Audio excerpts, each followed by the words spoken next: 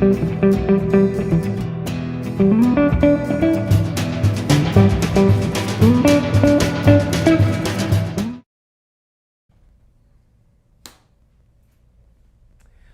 back to Streamfest, everyone. Day 2, we are Blue Robotics, and we are still live here from our headquarters in Torrance, California. I'm Jess Eason. And I'm Tyler Buckingham. And I'm Tony White.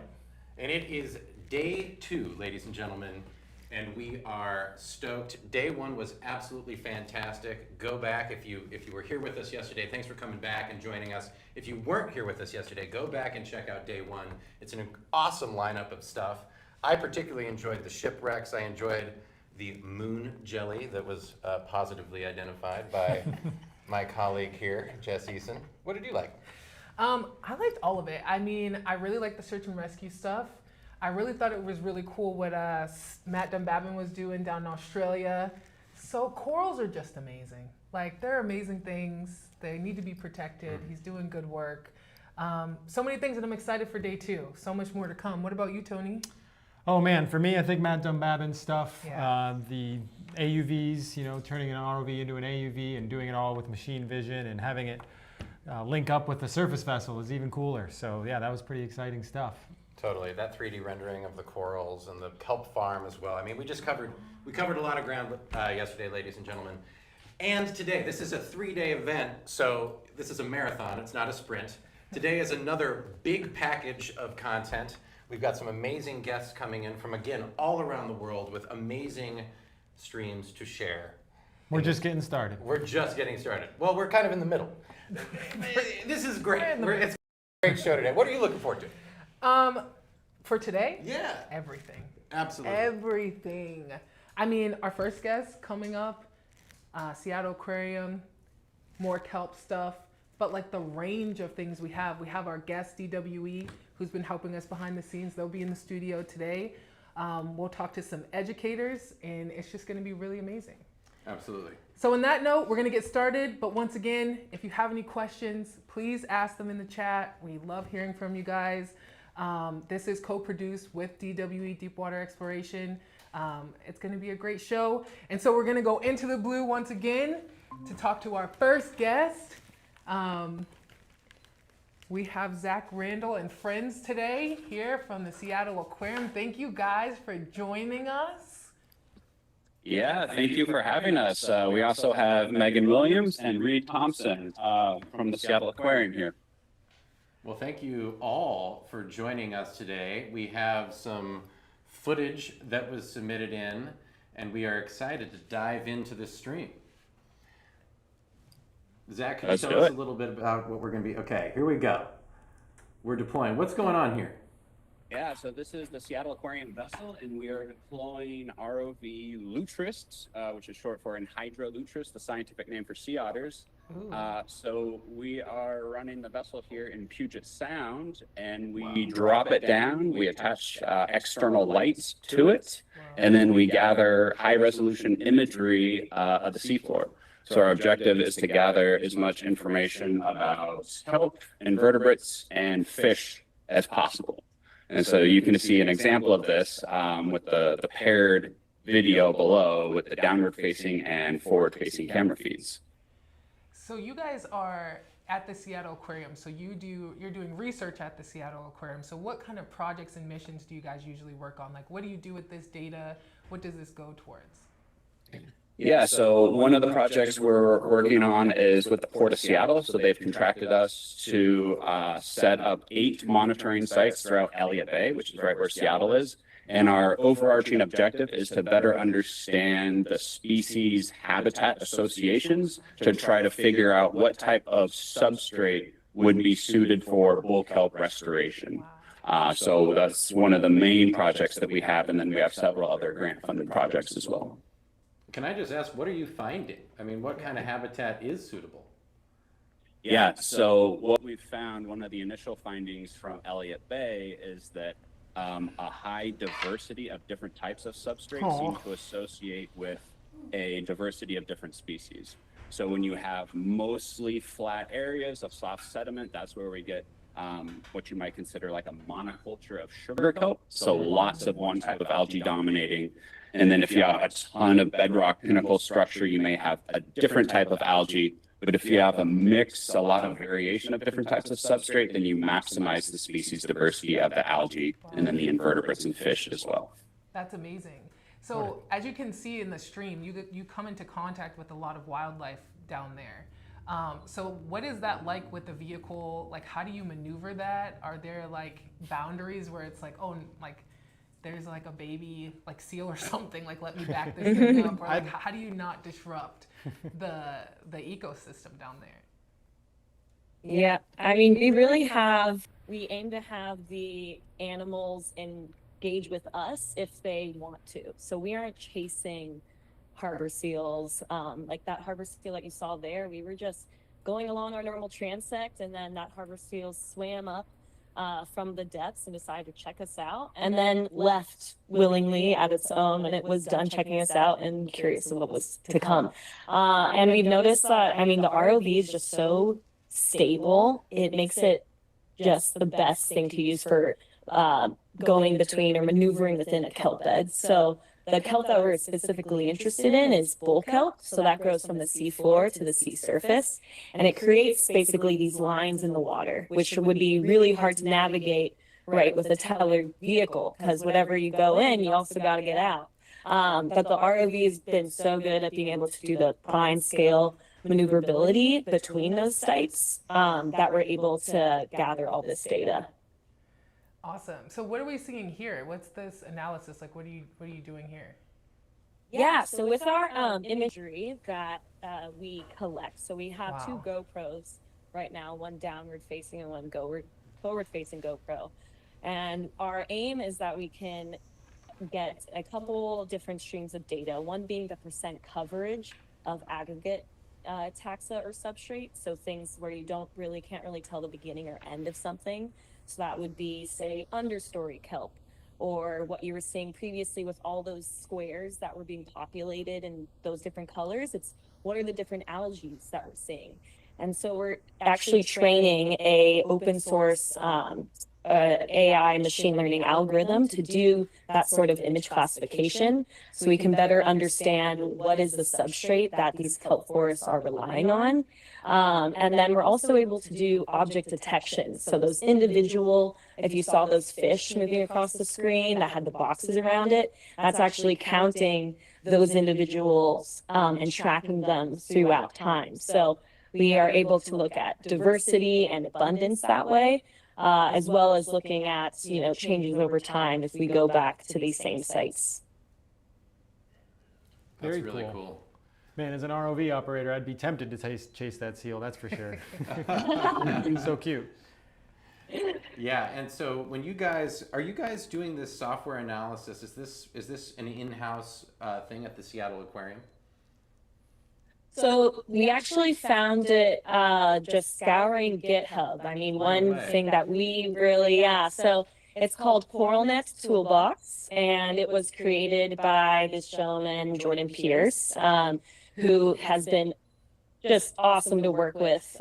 We kind of reached out and were saying, we think what you're doing is really cool. We also really enjoy the open access and open source nature of the work that you're doing, and we want to help contribute to that, and we think that your tools would help us do that.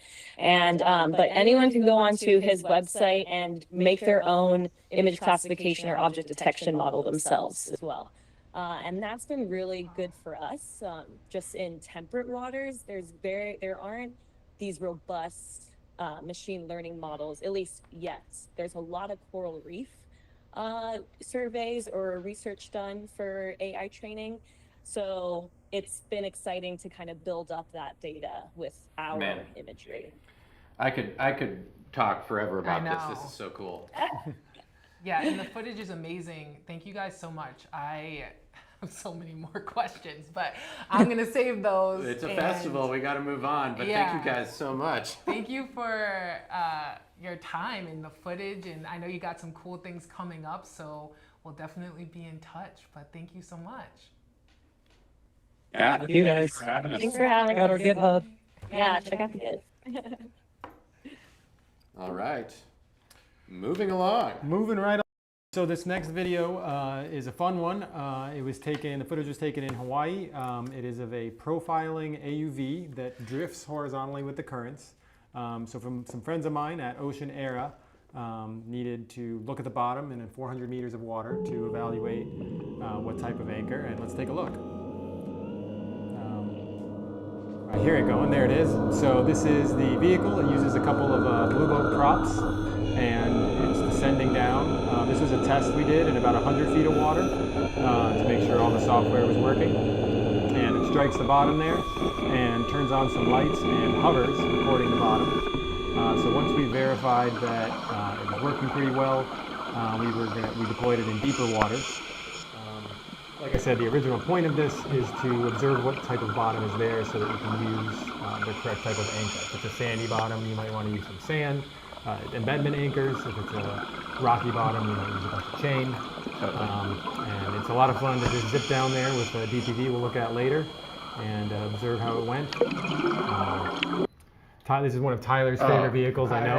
I'm chomping at the bit here. Get me in. I mean, so basically, this looks like a moon landing, first of all, ladies and gentlemen. So let's just appreciate how cool it is to go to the depths of the ocean and just take a look down there.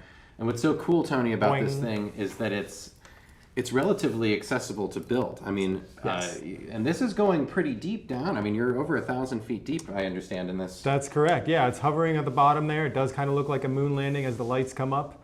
It is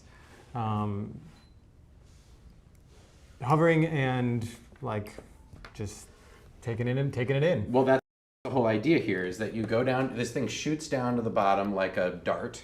And then activates its lights and camera, and then just drifts with the current for a prescribed amount of time, and then shoots back up like a dart back up to the surface so that it can be recovered nearish the vessel that launched it, totally untethered, which is super duper cool. Yeah, no tether involved, and it's using Blue Robotics components. We'll have a guide before the end of the year on both the hardware and software aspects of controlling it, but it's running BlueOS. It's running ArduSub and using a Lua script to control the dive. And we tested 14 it off the coast minutes here, ago, and we're happy to find it. It drifted about 100 meters on that dive. Oh my gosh, there it is. About 400 and back ahead of schedule.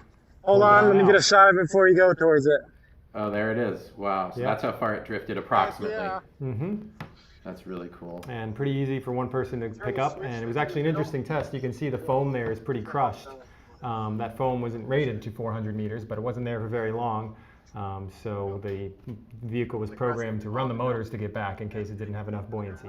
Wow. That's really neat, Tony. And so you're going to be presenting this, I believe, correct. Soon. Yeah, in the Rhode Island Marine Technology Society Tech Surge at the beginning of October. And you both will be there. I'm so excited. Yep. Love URI, Great Oceanographic Institute down there. Cool. This is awesome. I love when Tony is tinkering. It always comes up with some good stuff. It's really cool. And there's a little preview of that DPV. Yeah, for sure. All right. Awesome. Shall we move along to the next segment? The festival is flowing. Oh, we just got, oh my Lord, ladies and gentlemen, on the fly, things are shuffling around. This is a global production, but we will be kicking it over to our good friends over at QSTAR. I believe they're coming in from Spain, if I am not mistaken. And do we have Mike and Victor? Are you with us? Okay, I'm Jose. Hi. Well, Jose, welcome. How are you? All right, it's here. I'm in Barcelona, Spain. Just nighttime now. Yeah. 9 o'clock, and I'm all right here at home. Well, thank you so much for joining us. We are super duper excited for the QSTAR clip here, and hopefully you can walk us through what we'll be seeing on the screen. Shall we dive into the stream? Let's do it. All right. Okay, this was during a year and a half ago, during a big problem that we had in Valencia, Spain, with some rains that didn't stop for a few days, and we had a river that flowed down. So we sent an ROV team with 2 ROVs from you guys, from Blue ROV. Okay, BlueROV2 customized by us with some sonars and etc. And we were there searching for, unfortunately, we were searching for bodies, okay? Because there was around more than 200 people that were disappeared. And we were trying to help the special forces, that's the special forces from Spain, from Guardia Civil, and other police to try to find out as many cars as possible that they were along the coast. Okay. So yeah, they call us. It did happen really quickly. So they call us on the next day. They also had a Blue ROV unit, but they had no experience at all with them. So we decided to send the van with 2 of our guys, and we were there for a couple of days, and we did our best. Wow. So here we see a deployment. And Very gentle one. Is that special forces there doing that? Yes, that's it. Yeah. And where are we in Spain at this time? I'm in Barcelona, and that happened in Valencia. Valencia. Okay.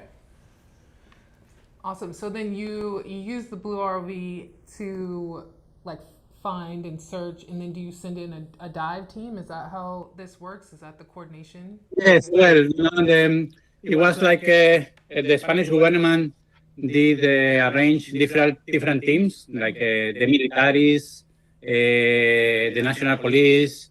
This one that is called the Special Forces Guardia Civil.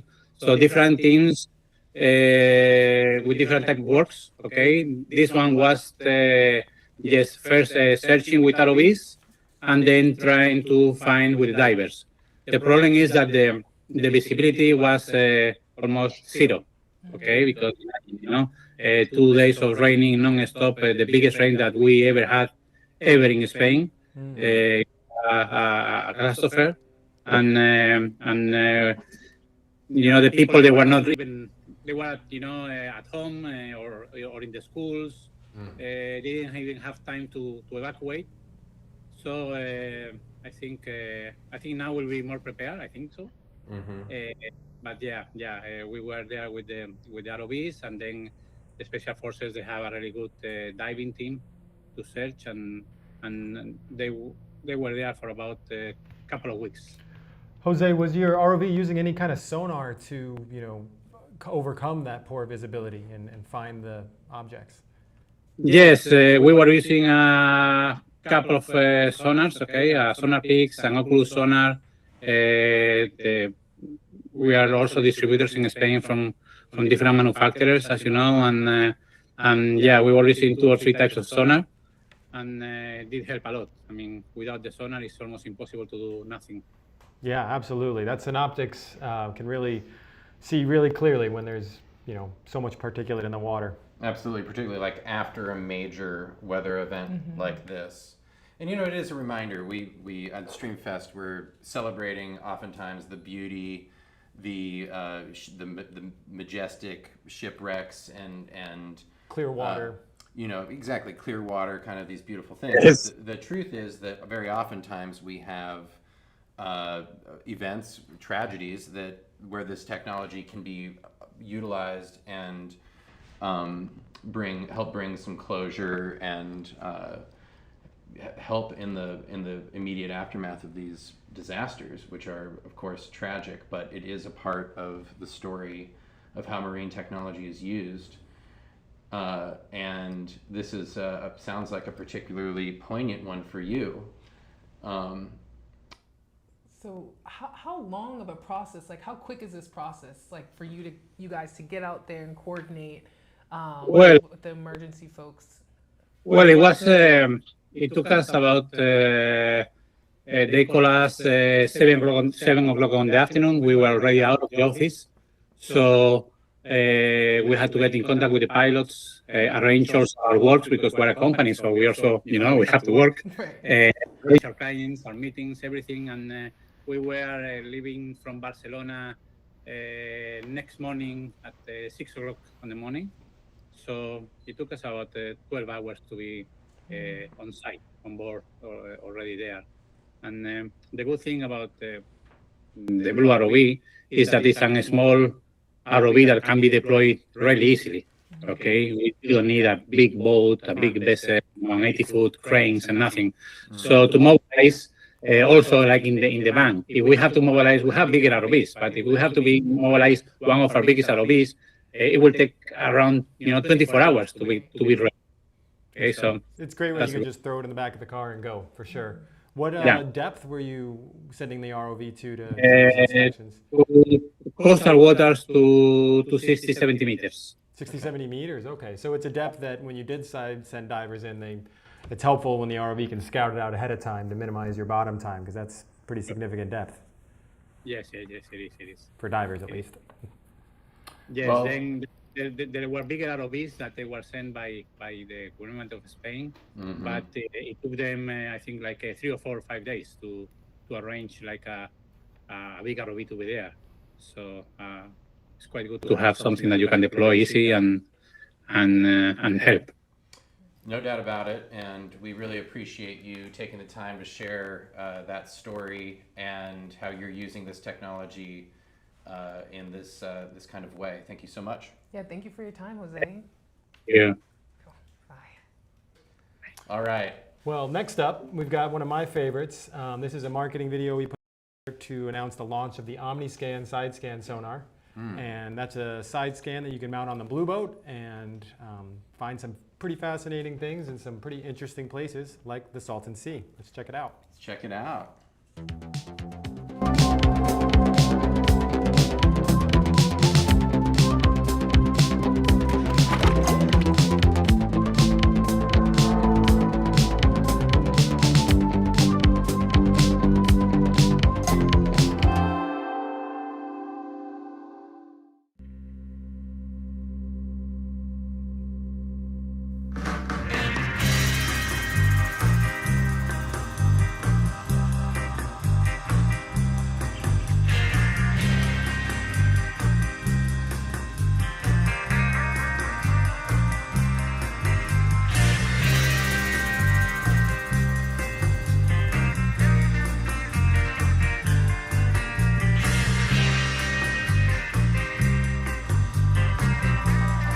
The year 2023, a time when the long-forgotten secrets of the Salton Sea lay right at the fingertips of humankind.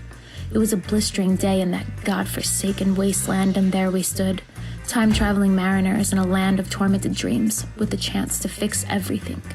Hot winds whispered tales of doom, of lost souls and forgotten wrecks lurking beneath the putrid waters. We were on a mission, fueled by a curious blend of madness and obsession to uncover the wreckage of a uniquely intriguing plane, one that met its doom many years before, carrying a relic we need to return to our rightful era. The Blue Robotics BlueBoat, an otherworldly vessel befitting of a psychedelic dream, was a stark reality in this time. Strapped to the bow was my trusty cerulean OmniScan sonar, an affordable and portable instrument of sonic voodoo playing a symphony of black magic signal processing, able to penetrate the very heart of the Salton Sea's mysteries. With the OmniScan on my BlueBoat, it will only be a matter of time before we're able to complete our mission and return home. Oh, but that Salton Sea was a beast of its own, a watery abyss born of man's hubris and nature's scorn, the remains of forgotten plains hidden beneath its depths, relics of a time when this forsaken place was a playground for the rich and the famous. But now, it was a grotesque reflection of humanity's folly, a decaying wasteland of salt and despair. The BlueBoat skimmed the surface, painting a surreal image of the seabed below.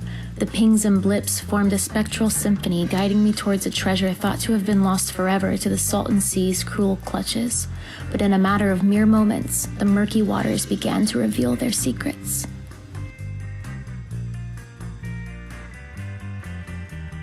A graveyard of planes, lost to time and circumstance, but not to the scanning efficiency of the cerulean OmniScan sonar. Briefly, they are remembered. And then, there she was, a plane with stories to tell, secrets to reveal, a symbol of a bygone era when the Salton Sea was a glamorous resort destination. We had her. As the Blue Boat returns, my loyal comrade plunges into the muck with a determination that'd make Hemingway himself nod in approval. As he surfaces, there's a glint in his eye, a mix of adrenaline and the wild realization that in this desert of despair, he's just tipped the scales of fate. The mission? Retrieval of a key. A tiny piece of metal submerged in that mire, hidden away like a treasure in Davy Jones' locker. But why, you ask? That's the crux of the madness, the heart of this twisted tale. The key isn't just any key. It unlocks another world, a vault of truths and lies, a Pandora's box that tips the scales of power and frees us from this God-forsaken land.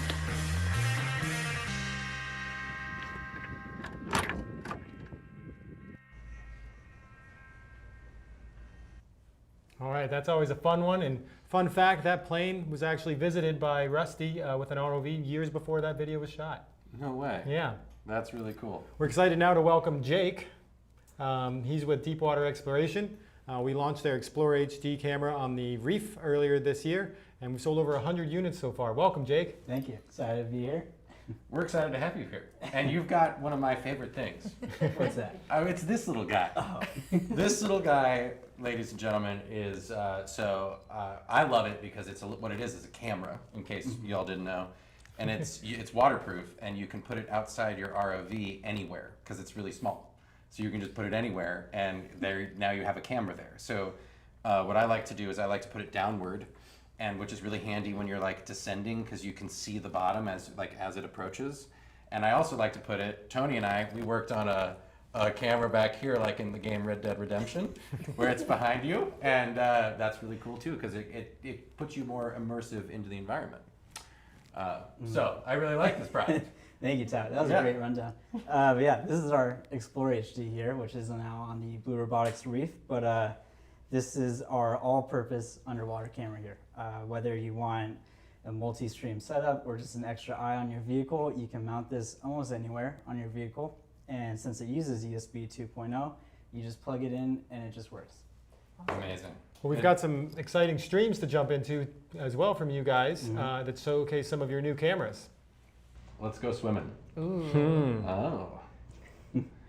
Well, they look good. So this is footage we've been working with the Scripps Institute recently, and since DWE is based in San Diego, they're about 15 minutes down the road from us. So with the help of some of their divers, they've been using our cameras underwater as they've been doing a lot of work with, I know they're doing some algae research down there. They're also working with the Birch Aquarium for some kelp restoration and research there as well. Very cool. So colorful. Here's a little clip of the Birch Aquarium where one key thing with our Explore HD is that there's a built-in true color algorithm in there, so that every frame that comes in, it accounts for the color changes underwater so that you get a true-to-life picture of underwater scenery. Okay, so now we're moving into, it looks like something a little different. You're talking about stereo camera here? So this is from our Stellar HD camera, and now this is one step up from the Explore HD camera, where this one is more geared towards advanced computer vision capabilities. So this has our Aquagon lens in it, and some of our patented lens technology, and this has features such as 60 FPS and global shutter and frame synchronization. And when you pair two of these cameras together, that's how you get the stereo vision. So similar to how our eyes work, if you have two cameras that are in sync, you can generate real-time depth images with two of these cameras. And wow, look at that point cloud. yeah, this is all real-time. All of our cameras, they're optimized for NVIDIA Jetsons, which are small computer units that a lot of robots are utilizing nowadays. This is all running at 30 plus FPS. Since all of our cameras are highly modular, if a team buys two of the Stellars, they can put their own stereo vision together. We also offer our own hardware bracket with the fixed baseline.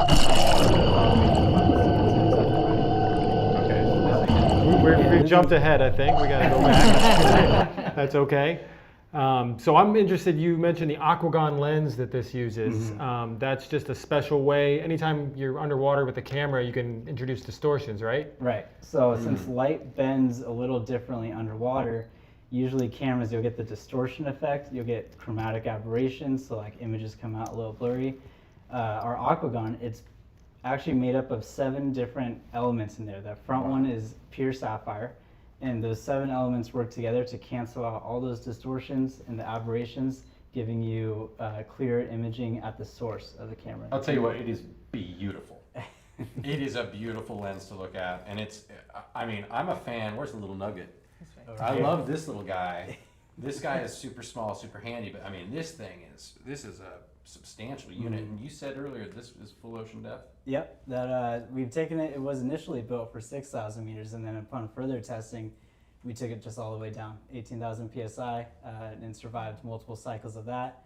And the lens sadly didn't get an implosion, which is my favorite part of pressure testing.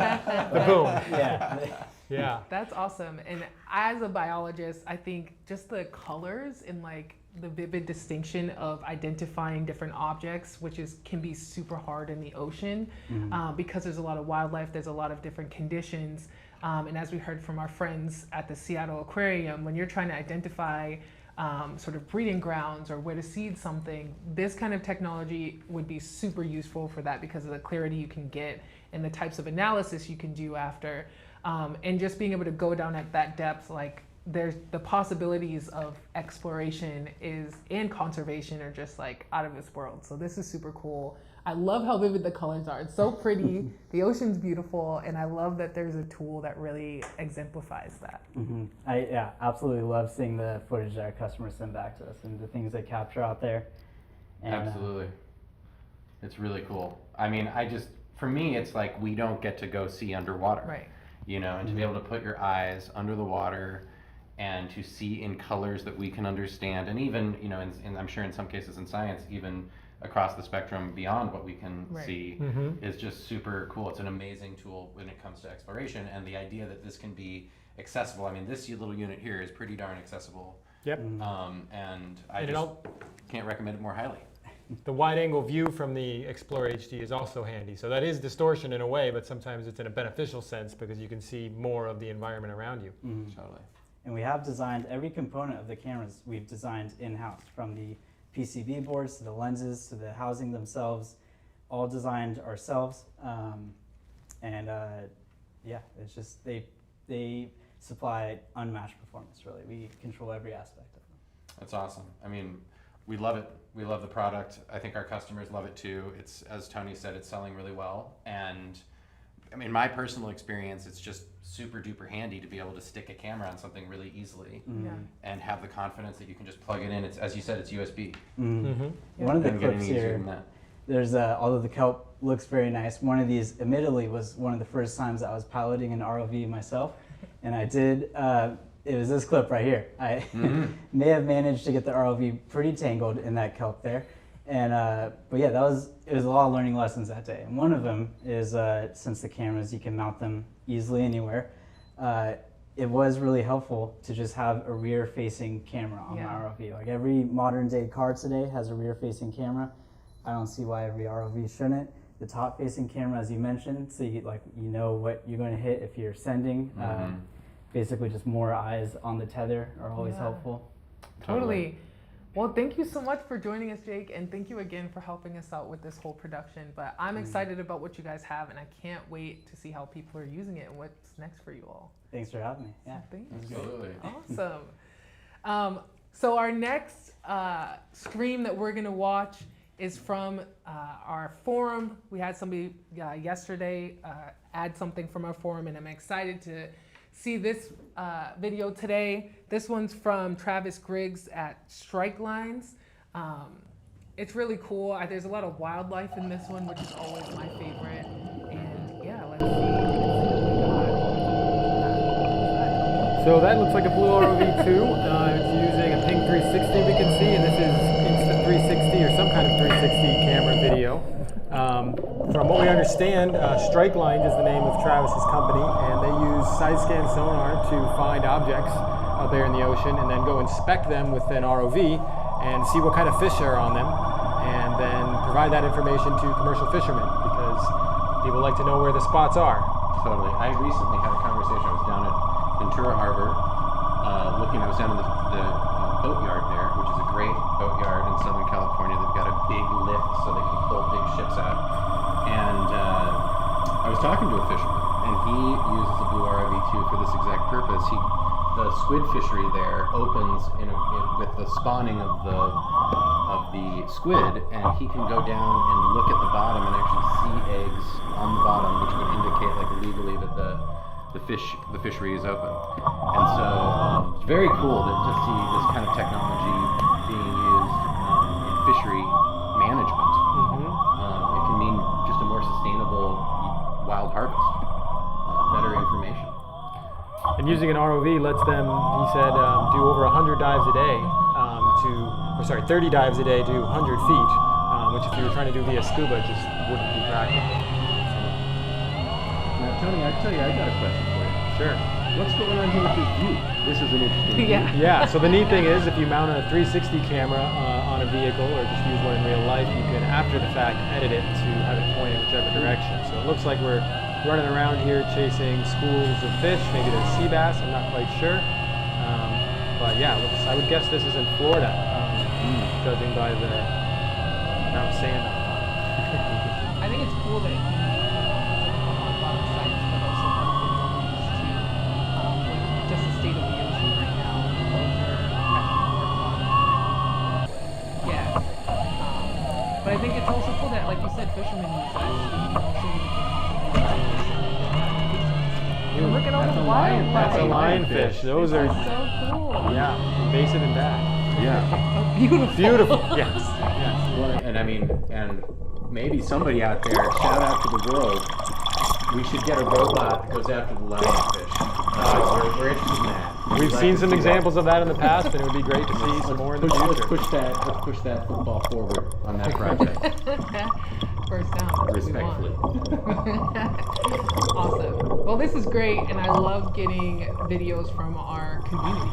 Absolutely. The blue economy, blue community, it's so big, and it's cool to see all the things that people are doing with this technology. Not a bad day in the office, I gotta Not a say. bad day in the office. Well, now we're going back into the blue. Let's go back into the blue. We've got our next guest. We got our folks from Astral-Subsea. I know that their videos, I saw a little preview, and the wildlife and the colors in this are about to be super beautiful. So, I am. yeah. I'm so excited. I love ocean colors. I mean, we talked about it in the last segment with the camera. Yeah, I mean, that coral color, which, I mean, obviously coral is that color, but that pink peach color is my favorite. And just the vivid diversity and complexity of that color in the ocean is so beautiful. Yeah, I totally. love that. Some of the most vibrant colors I find in nature, you find underwater. You know, you don't Absolutely. often see those particular hues on a plant terrestrially. 100%. And another thing, when you're in the ocean, if something usually is bright and beautiful, it's usually dangerous. Yeah. Like my friends, the nudibranchs. Sea slugs will be some of the most beautiful things you'll see under the water, and I wouldn't touch those things. Let alone eat them. Don't eat those Yep. things either. But I agree, nudibranchs can be so beautiful. Yeah, and my favorite fish, or my favorite underwater animal, is the blue-ringed octopus. Do you guys know that one? Little guy, mostly in Australia. Yes, I actually saw one in the Philippines. Very deadly. I was gonna say, I hope you didn't touch that kept thing. our distance. Because a little drop of its like saliva will kill you in like 10 different ways. Wow. It's so cool. It's That's, amazing. I mean, beauty and deadliness all bundled into one little octopus. That's What's the not ocean. to love? That is the ocean for you. It sure is. So what do we have coming up next? Well, I mean, Astral-Subsea does a lot of like industrial inspections, which is another part of, I think, the blue economy that people don't really talk about enough, is what are the more practical things people are using these for. So if you're building a new structure, if there's something you're doing off-site, you're gonna have to inspect and make sure you're not disrupting ecosystems. You know, there's a lot of wildlife regulations, and I think this is a cool way to use this ocean tech to get some of that stuff done. We heard Sam Reeves talk about the inspections they have to do for their kelp farm, and this is just another iteration of that. So, yeah, we saw earlier the profiling AUV being used by aquaculture to identify bottom types in the same kind of way. You have to take different approaches when things are deeper than an ROV can conveniently reach, dragging that tether. Absolutely. So should we run this stream? I mean, I'm kind of getting ready to go. We're facing some technical challenges, but we're working through them. Okay. And so we That's should fine. be able to welcome our guest here shortly. No problem. No problem. Well, I'm quite excited. So are we going to be looking at corals in this particular? I remember there was an octopus, right? I hope that we'll see I a hope we lot see of an stuff, octopus. but now I think we can go to Oded and our friends over at Astral-Subsea and hear what they have to say. Hello. Oded. Hey guys, good to see you. Good to see you. Thanks for joining us. We're so happy to have you here, and I'm really excited to hear what you have for us. So we're going to get straight to the stream, see what you guys have. Thanks for having me. All right, we're going to be diving in here any minute. We're very excited. Ooh, okay, there we go. Here we go. We're in the water. Feels good. Yeah, so what are we looking at here, Oded? Like, what were you guys doing? So this is a dive we did a few years ago, actually, both with the University of Haifa here and an NGO called Eco Ocean. This NGO has their own BlueROV, and we brought ours. So this was actually a tandem dive. So the video you see here was taken by another BlueROV. I was just swimming behind the Eco Ocean's BlueROV and taking pictures of it, taking pictures of the shipwreck. Wow. And the whole dive purpose was basically educational. So it was partly research, partly educational, to show how the ROVs can be used as tools for exploration and mostly archaeological exploration. So this shipwreck was relatively an easy one because it's quite shallow. It's about 42 or 43 meters deep.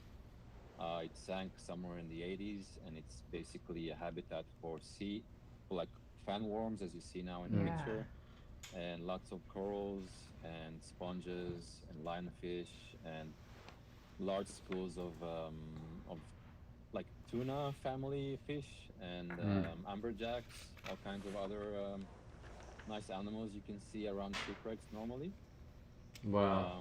We actually mounted a GoPro on the BlueROV to get a high quality 4K image and video.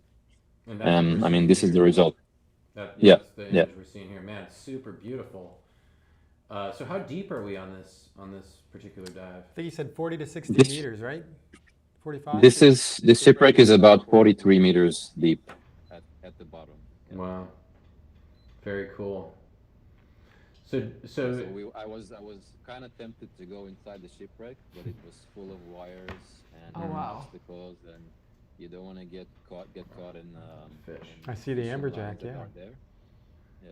It's beautiful. Yeah, these shipwrecks, when they've been down there for so long, can be a really, really important place for wildlife, for nesting grounds, for breeding a lot of times. So it looks like there's like a full ecosystem attached to this thing, which is kind of cool to look at. Yeah, it's definitely always a surprise to see what we find on shipwrecks. It's always a nice thing to do. One of my favorite missions for sure. Awesome. So what's this one? This one looks like we're looking at something different now. Yeah, so this is our latest exciting project. It was kind of a dream of mine to build a large ROV. And finally, we did so in this year. In the last few months, we've been working on this. It took us a few months to get everything going, and we designed our own frame and buoyancy. And we used, of course, the T500 and a bunch of housings or enclosures. And the point was basically to explore deeper. So we designed this vehicle to be able to go eventually to 1,000 meters. And what you see here is from the first day of test diving. We thought we were going to stay shallow, but the temptation was too strong. So I love it, Oded. After I'm the yeah, same way. after I the- have to get down there. After the shallow dive you saw before next to that dock, basically we said, okay, let's jump in the boat and see what happens. And this is the Red Sea, right? This is the north part of the Red Sea. And it's together with the research institute that's sitting there. And this is part of the research, actually. Wow. And the nice thing about the Red Sea is the depth is very close to shore. Basically, the decline of the seabed is very rapid. So you don't have to go too far to reach 350 meters. So we did a first test dive at 180. We said, okay, piece of cake. we did everything from a small vessel, and that's the whole point with this this ROV. It's very capable. It's very strong. We kept the tether very thin. It's only a fiber tether, and we managed to squeeze actually 1,200 meters on a large spool, Blue Robotics spool, which is, I think, pretty amazing. Wow. So we jumped into just a simple diving boat, like 7 or 8 meters long, headed out to sea, and this is what you see. This is what we got. And it's actually kind of rare to find rocks over there. I mean, it's not something you see that often. And this whole area is not very explored, this steep area of the Red Sea. And we were actually lucky. At first here, what you see, that's the start of the 350-meter dive. We just saw a bunch of large sea urchins. But then we just happened to find a large rock, and then we saw sea lilies and sponges. Look at that little shrimp. And shrimps. Yeah, and a bunch of shrimps. And look at the eyes on that guy.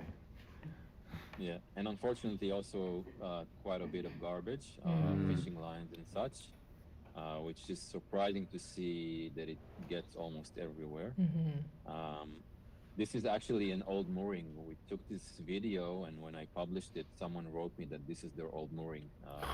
Some old research that left their mooring over there.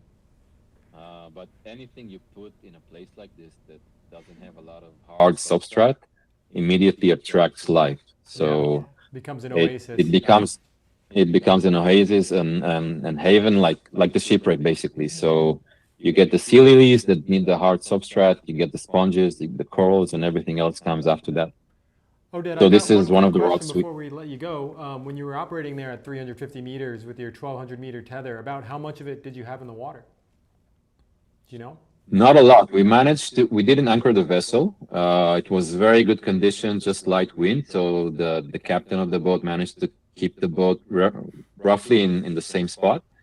So we were diving just below the vessel, and I would say definitely not more than 400, probably around 370 meters of tether. Because when I do dives like this in a place that I don't know with lots of rocks around, I like to keep it pretty tight. So we pull it up, I feel that it's being pulled, like the RV is being pulled, and then we give some more slack at 10 meters or so. And then we're good to go, knowing that the tether is mostly above us and we don't have a lot of slack in the water. And it helps to have obviously no currents or very low currents. And the whole point of the slim fiber tether is there's hardly any drag. And it was actually very surprising to see how easy it was to use the ROV without using, like I used half a mega battery basically for this dive on 25% gain. So it was a piece of cake, and that's why I think it's definitely going to be possible to go much deeper. So the deepest point there is about 700 meters, and that's where we intend to reach at some point. Oh man, that's awesome. Thank you so much, Oded. Yeah. This was great. I love so many sea fans and things out there. Such good work. Thank you for joining us, and we will talk to you soon. See you on the Thank you very much, guys. Yeah, we want to see that 700 meters. Thanks, Tony. Okay, so now we're going to be going to our friends over at Robotics, Jeff, Aaron, and Ryan. They make the StarBot, which is a BlueROV2 purpose-made for search and rescue operations. How's it going, guys? Fantastic. Yes. Welcome to Streamfest. It's nice to have you along. Yeah, we're changing it up a little bit. We're going to the Fresh Coast now, so the Great Lakes in Michigan. Very cool. Yeah, let's check out your stream and see what we're seeing. Yeah, so we partnered with Northwestern Michigan College in Traverse City, Michigan, and we're testing the StarBot and 2 blue ROVs on the shipwreck called the Njord. Wow. And this looks, so you're operating multiple ROVs at the same time in the water, yeah, just like 3. Oded was. 3. Oh, one more. Yep. I can imagine tether management becomes pretty important. Yep, and that's why we make a tether management system as well. So nice. So you've got 3 ROVs down on this wreck, and where did you say this shipwreck was? Grand Traverse Bay. And what's the story behind this particular vessel that we're looking at? I'll let Aaron take that one. Yeah, it's sunk in about the 70s. It's been down there since then. It's a fantastic target. It's one of the ones that Northwestern Michigan College uses all the time for whether or not they're doing multi-beam surveys or ROV training or whatnot. So yeah, it's been down there for a long time. It's a wooden sailboat, and yeah, it just makes a great target for testing. So we had these 3 ROVs, all 3 surface powered. One of them is a Starbot with a Micron Nav USBL system and a Tritech Gemini 720 on it. And the other 2 are just surface powered Blue ROVs, so no extra third-party sensors. Unfortunately, we didn't splice in any of the pictures from the top side into the stream here, but I do have a couple pulled up if I can share my screen and show you those real quick too. Yeah, that might work if you're talking at the same time you show the pictures. While you do Sure. that, it's interesting to mention, I think this is the first time in Streamfest we've come across the ROVs being powered from the surface, so that's definitely an option.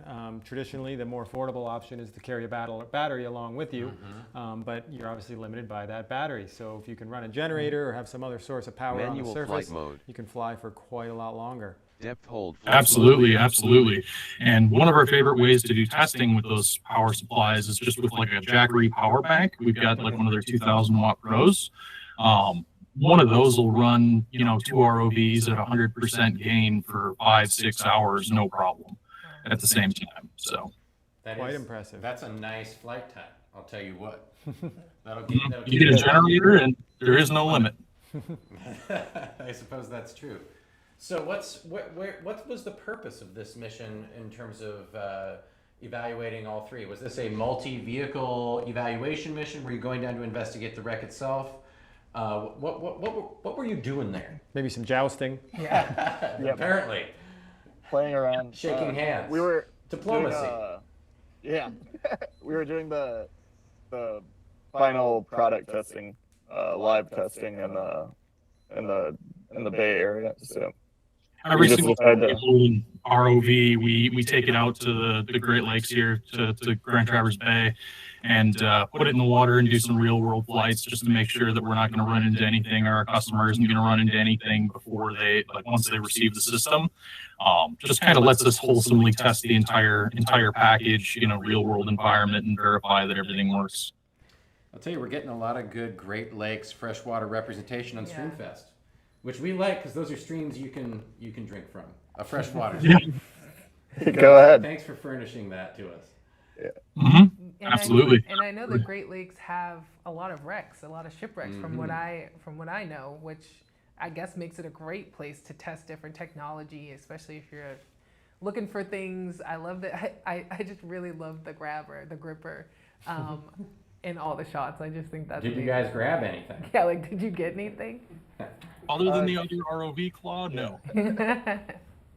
No, we tend to try to not touch a bunch of stuff when we're on these shipwrecks. There's growth all over them and such, but that's supposed to be there. It's on the bottom. Are we going in?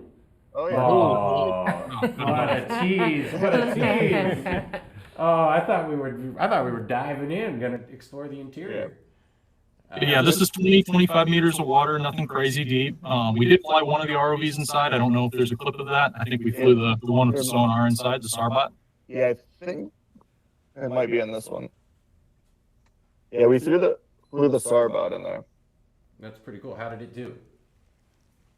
It did very well. We got it out and made it back to the surface. So ultimately, it's like in aviation. Any flight that has a takeoff and a landing is a good flight.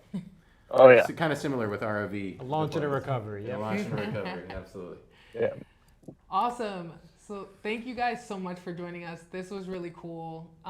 Yeah, thanks for having us. It's a great opportunity to meet up with you guys. So. Absolutely. Thank you so much. Appreciate your stream. Appreciate the views of the wreck and the multi-vehicle approach, which is super neat. And you guys, now we're going to move into our next segment here, which is one of my favorite things. Tony, this is your This is your diver propulsion device. Yes. That you hacked together. Yes, so on Christmas Day, on our forums, I posted the instructions, the files, and some videos to try to excite people to build their own diver propulsion vehicle.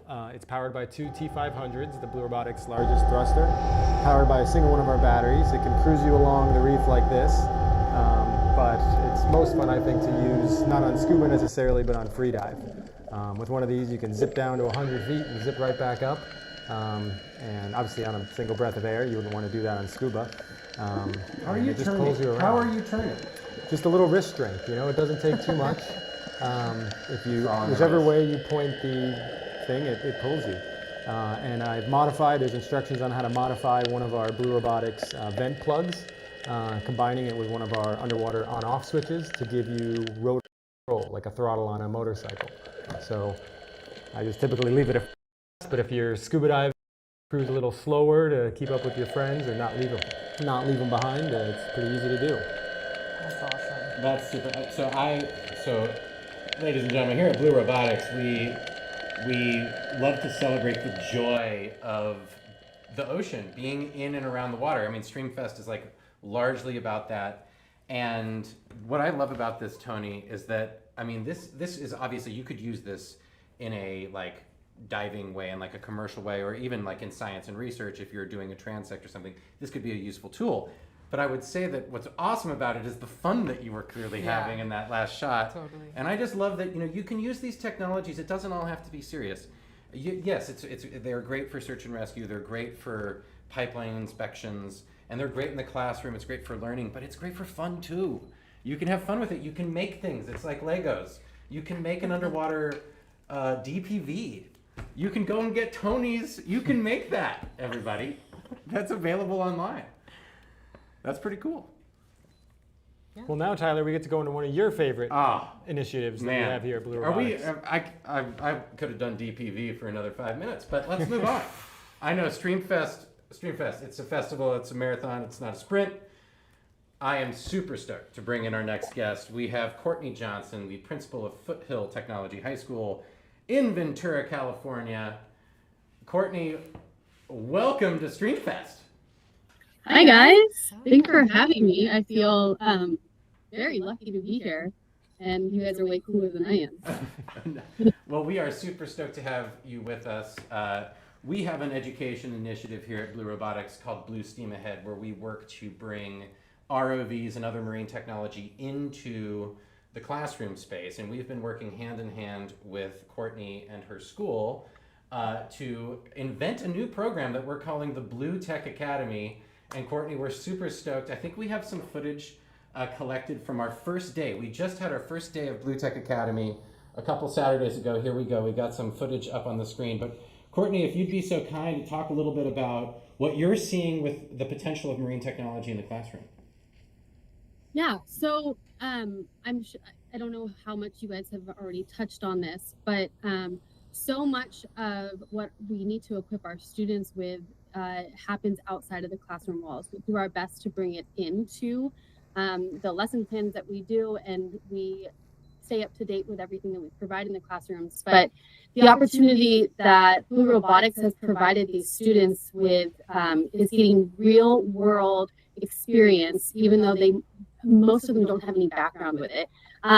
Understanding how technology is used in the marine aquatic environment for multiple applications in industry. So Tyler, really, I have to give you like so much gratitude and praise for being the catalyst behind this, because you have provided this incredible opportunity for our students, and they had there's Tyler right there. Yes. Getting to get their hands dirty and wet on these blue boats on Saturday. So that's what we are hoping to do, so that we pique these students' interests. And Tyler, you said it best, it's the intersection of technology and marine sciences. So we're able to capture a broader breadth of students. Well, I just gotta say, I'm so grateful to be working with you and your students, and we're just trying to figure it out, and we're being experimental. And I will say, if there are any educators out there in the audience listening and you want to do this, reach out to us. We'd love to share what we're learning. We are working with the National Marine Educators Association. We are trying to understand how to maximize, Courtney, what you just talked about, which is how do we get kids hands-on experience? How do we get their hands wet with this stuff and make it more real and not just a classroom exercise and not just a robotics exercise. It's using the robot for exploration, which ignites curiosity. Yeah, the excitement the kids had as we processed the data, turned it into a bathymetric map, and then generated the contour lines. We left that last step to them, and they were eager to get in front of the laptop and generate that imagery. Honestly, and Tony led this class, Courtney, and did an amazing job. Yeah. I agree. And we're super stoked for it. And this is a multi-day thing. So we started off on day one doing bathymetry. That's what we see footage. Look at the flag. We have a Blue Tech Academy flag. How wonderful is that? So we've got day one, which was bathymetry. Day two, we're going to be doing a drop cam build, which we're super excited for, Courtney. That's going to be really fun coming up in like a week and a half, I suppose. Yeah. So, and we're going to be doing this throughout this semester, experimenting, and then ultimately we're going to go out to Anacapa and take these technologies and these skills that the students will have developed throughout the academy out to the Channel Islands National Park and National Marine Sanctuary, and the students will be able to apply these skills out in that kind of environment in like kelp forest and take a bathymetry out there. I mean, it's going to be very cool. I mean, it's the sort of thing that I just wish I could do when I was a kid. Yeah, and Courtney, do you have any feedback? Have you had any feedback from the kids themselves about any of this? Because like Tyler said, I became a marine biologist regardless, but this would have just been the best thing ever. You would not have to ask me twice to do something like this. Absolutely. We had over 100 students want to be part of this program. And even though we had our first day, I actually had a couple students even this week say, hey, is there still a possibility that we can do this? And I actually taught marine biology at the first school I taught at. And this is, I would have probably inspired so many more marine biologists had we been able to do this instead of, we did cardboard cutouts of creating bathymetric maps. So it's not even comparable to what has been provided in the past. It's just cool to give kids a chance to do the real thing, like that, and that's accessibility, and that's real science. And it was also, we got to give a big shout out to the Harbor Patrol and Ventura Harbor, who I think we've seen some footage here of them using their Harbor Patrol boats to like control traffic so that we could do this bathymetric survey in the channel. Really cool. Well, Courtney, let's talk a little bit about our goals. We want to create a pathway and what that would mean for education going forward. What I know that we don't have the exact pathway lined up, but talk a little bit about how we are experimenting and trying to figure that out basically through this process. Yeah. So when I first met Tyler, it was because Blue Robotics had gifted generously 2 blue boats. And so we were kind of just playing with how do we make use of this? How do we make sure that our students are getting access to it, and what do we want them to take away? And I think for a hot second, we said like, well, we could maybe make a club and they do competitions, kind of a robotics type of idea. But I've done that before. It's a lot of time spent on a single mission, and walking away, I'm not sure that students they get some skills that they'll use in the future, whatever path they choose. But here we have technology that can be applied directly to state standard that every student needs to understand, but also it can pique the interest. So I'm a student who really is interested about what's out at our Channel Islands, right off the coast here. It's literally in our backyard. But to me, it seems like I don't know how to access it. So why couldn't we get the best of both worlds? Students who are interested in the sciences and exploring that a little bit more, and then students who are interested in tech and tinkering with things, like figuring out, I want to see what's down there, but every time I send this drop cam down, pressures under pressure, whatever. That's a very basic example. But why not have a pathway that we start broad and then we can specialize and come back for our capstone class where we have the students who specialize more in the tech end and the students who dove more into and specialize more in the marine biology end. And then they actually work on a project together, because isn't that what you do in the real world? We got to hear from Julie Bursick as a guest speaker in our session on Saturday. And she asked, how many people do you think it takes to make data collection like this happen? And somebody said 4. And really what it's like NASA. If you've ever been to Control Center, Mission Control. Yeah. Thank you. Real smart. It is hundreds of people. And so it could be a really cool opportunity to really mimic what real industry, whether it's in the public sector or private sector, how it comes together to spur innovation and discovery and deepen our understanding of the world around us. Awesome. Absolutely. Well, Courtney, thank you so much for joining us as our final wrap-up guest on day 2 of Streamfest. It is always great to see you, and I'm looking forward to day 2 of the Blue Tech Academy coming up shortly. Same. Looking forward to seeing you and Tony. All right. Until then. Awesome. That was great, guys. It's the end of day 2. What do you Man. think? It always goes by too fast. Always goes by too fast. And tomorrow's gonna be even better, guys. It's the last day of Streamfest. We got a couple treats sprinkled in there. Some more educational things, and I'm really excited. A lot of fun to come. A lot more diversity too in the types of streams we'll see tomorrow. So I'm really, really excited about that. That's the great thing about Streamfest. It's a marathon, not a sprint, ladies and gentlemen. Tomorrow, noon Pacific time, right here, live from Torrance, California. We will be back. See you then. See ya.